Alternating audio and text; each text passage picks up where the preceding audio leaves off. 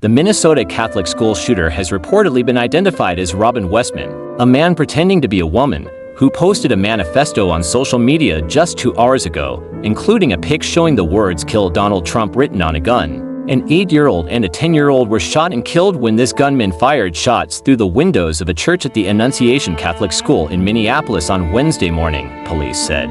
17 others, including 14 children, were injured in the shooting during a mass that marked the first week of school, police said. 2 children are in critical condition, police said.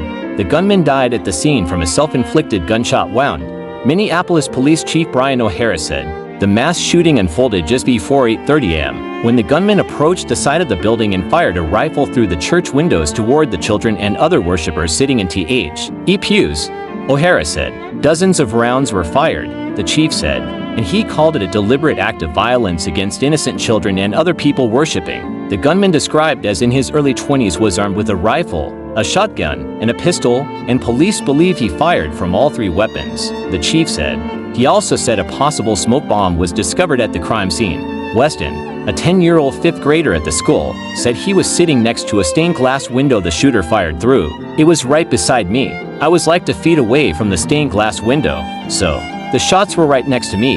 The boy said he and his classmates immediately hid under a pew as the gunfire continued. My friend got hit in the back. He went to the hospital, said Weston, who spoke to KSTP with the permission of his grandfather. I was super scared for him, but I think he's okay. He said he and his classmates were taken to the school gym, where they waited for the news of what had just occurred. Weston said his mother was outside the church when the shooting erupted and was the first person he saw when he emerged from the church. I was scared that I wasn't going to see her because I didn't know what was happening. I was just in shock, Weston said. During a news conference, an emotional Minneapolis Mayor Jacob Frey said, "These kids were literally praying. It was the first week of school. They were in a church. These are kids that should be learning with their friends.